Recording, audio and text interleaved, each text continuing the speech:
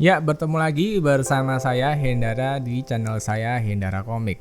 Kemarin 2 hari yang lalu saya baru meminang Mi 10T Pro warna Cosmic Black. Dan saya mau mereview pemakaian selama 2 hari ini. Dan 2 hari ini saya pakai lumayan keras sih.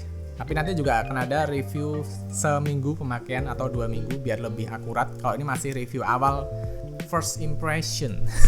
Seperti itu. Jadi jika kalian buka box Mi 10T Pro nya itu ada HP-nya sendiri tentunya. Terus ada silica case, SIM ejector, kitab-kitab, dan ucapan selamat datang dari Ko Alvin seperti biasa ya. Terus juga ada converter Type-C to jack 3,5 ya, karena di sini tuh handphonenya nggak ada jack 3,5. Terus chargernya 33 watt dengan kabel oren-oren, udah kayak Redmi Note 9 Pro sama Poco X3, kabel fast charging 30 watt. Terus dalamnya juga pemisahnya antara handphone dan charger itu tuh keras banget, jadi kerasa boxnya agak niat dibandingkan dengan HP harga 3 jutaan. Ya oke lah.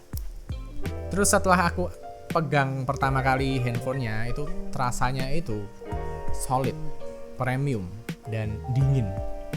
Soalnya ya bodinya kaca, depan belakang Gorilla Glass 5, dan frame aluminiumnya nih dingin terus. Di AC dingin, di cuaca hujan gini dingin, di mall AC-nya juga dingin, jadi kerasa nyes terus gitu. Dan kalau dilihat di tampilan depan sih biasa aja ya, nggak terlalu wow gitu, tapi kalau dari belakang langsung kelihatan premium. Dan ingat di sini tidak ada SD card, jadi dia cuma dual SIM aja. Dan spek yang terpenting dari Mi 10T Pro yang perlu kalian ketahui ya, dan mungkin kalian juga udah banyak yang tahu, ini nih Snapdragon 865. Dan Antutunya tuh 580 kurang lebih ya, dan istilahnya dua kalinya Snapdragon 720 atau 732 yang ada di Redmi Note 9 Pro dan Poco X3. Jadi performanya kenceng. RAM-nya 8GB, udah LPDDR5, udah UFS 3.1 dan 256GB, ini gede banget. Tapi ingat tidak bisa ditambahin SD card. Terus chargernya 33 watt dan layar IPS 144Hz, IPS ya, tapi 144Hz.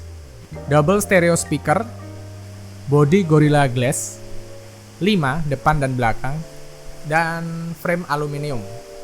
Terus kameranya 108 megapiksel dengan optical image stabilizer. Dan udah 5G juga tentunya buat kalian yang beli ini. Ada laler nih, aduh, di luar hujan terus lagi. Terus yang aku rasa ketika pegang ini tuh bodinya premium dan terasa berat banget, 218 gram. Tapi buat kalian user Redmi Note 9 Pro dan Poco X3 pasti nggak kaget lihat beratnya handphone ini. Terus layarnya jika dibandingkan dengan Poco yang 120Hz itu lebih cepet dikit, tapi dikit aja, ya iyalah 120 ke 144. Terus responsifnya nih stabil banget, kenceng, ganti-ganti aplikasi aman. Kameranya juga terasa lebih terang, jadi low light-nya lebih oke, dan resolusinya besar hingga 8K untuk perekaman video. Kamera depan udah stabil tapi pakai AES ya, jadi ngecropnya lumayan. Terus bodinya bisa kalian lihat mengkilap dan cepat kotor ya, khas bodi kaca kayak gini. Terus bagian fingerprint yang kemarin sering dikeluhkan Poco X3 dan Redmi Note 9 Pro yang tajam katanya, ini mulus banget.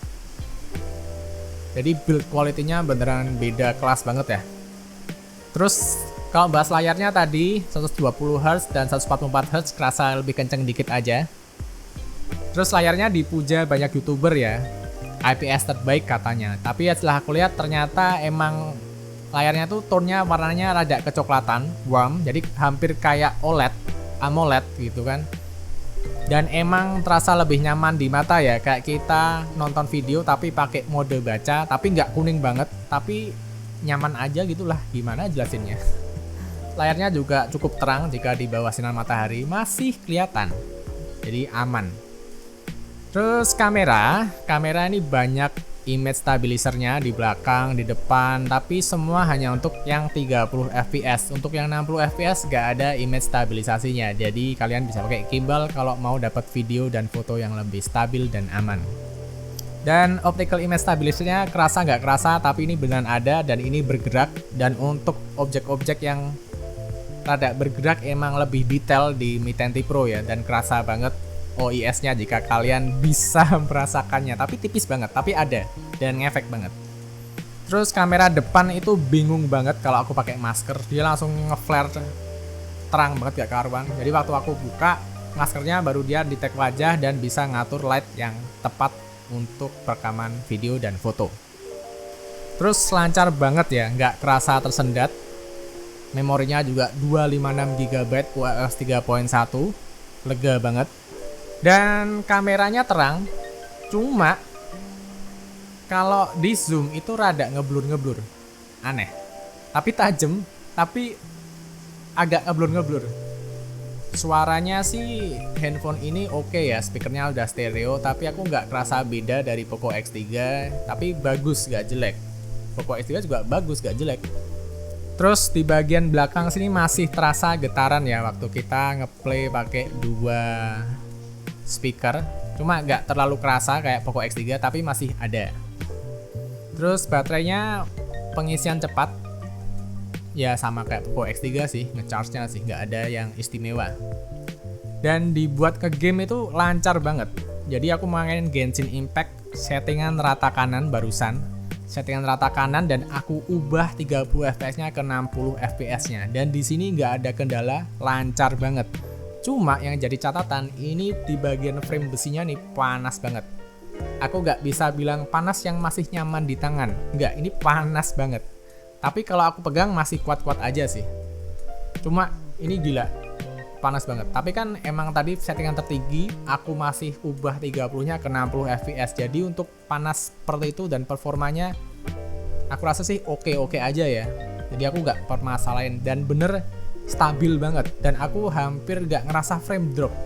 Gak ngerasa frame drop di Genshin Impact. Gila loh, keren banget ini. Dan baterainya untuk permainan selama 1 jam itu berkurang sekitar berapa ya? Bentar ya, aku lihat dulu ya. Jadi main jam 19.26, baterainya 99% dan berhenti di 20.26 dengan kondisi baterai 70%. Jadi berkurangnya 29% coy untuk settingan tertinggi ya. Dan gak tertinggi aja, tapi FPS-nya aku kalikan 2 jadi 60 FPS. Jadi ini beneran tinggi banget tadi untuk 29% dalam waktu 1 jam. Ini settingan tertinggi ya. Jangan sampai ada yang bilang, wah boros baterainya. Ini gak boros, ini keren banget. Ini performanya, wah kalian gak gimana ya. Ini keren banget performanya, sumpah. Jadi nggak ada frame drop, lancar banget lah, sampai lupa kalau game itu tuh sebetulnya game berat. Cuma emang panasnya di sini apa bisa diatasin pakai cooler ya, kipas cooler itu ya. Jadi pemakaian selama 2 hari ini aku puas banget. Aku buat foto dan aku edit, aku pakai video dan aku edit juga. Aku pakai game settingan rata kanan, game paling berat di mobile saat ini yang nggak semua handphone bisa handle. Di sini dilibas semuanya, dilibas semuanya loh. Ini dilibas loh, beneran loh, gila. Cuma untuk tadi catatan waktu main Genshin Impact di sini panas. Panasnya cukup luar biasa sih. Dengan settingan rata kanan 60 fps ya. Aku ulangin lagi, settingan rata kanan 60 fps. Tapi walaupun panas ya, itu nggak ada performa turun kayak frame drop atau gimana loh. Kayak lempeng aja gitu. Cuma tadi waktu aku ngerasain panasnya ya, sebetulnya tuh 10 menit pertama tuh udah hampir nyerah. Ya udah aku berhenti aja gitu. Tapi demi review ya udahlah, kita lanjutkan aja sampai 60 menit. Dan akhirnya kesimpulannya HP ini keren. Performanya gila, harganya gila. Kalau kalian merasa ini kurang murah, kalian bisa ambil yang Mi 10. Bedanya cuma kameranya nggak 108 megapiksel dan nggak OIS.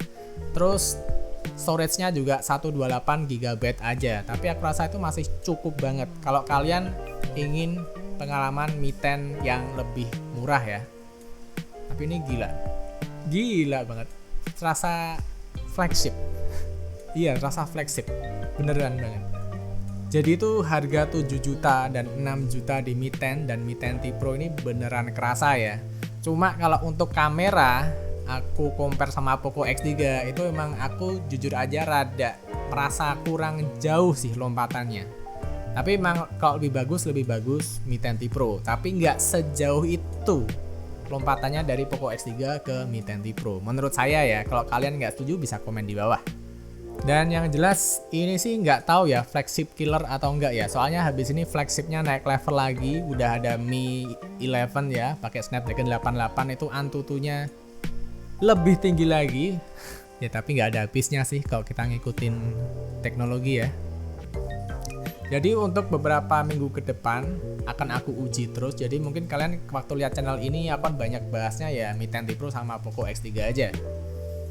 Jadi akan aku uji terus sampai nanti review jujur pemakaian seminggu atau 2 minggu. Soalnya handphone nggak bisa diuji sehari 2 hari, nggak bisa, harus lama gitu. Kalau nggak lama nggak user experience-nya nggak dapet. Jadi gitu aja video review singkat kali ini. Anjay, udah panjang. Ya udah gitu aja, like aja jika suka, dislike aja jika enggak, dan sampai bertemu di video berikutnya. Bye. Wow.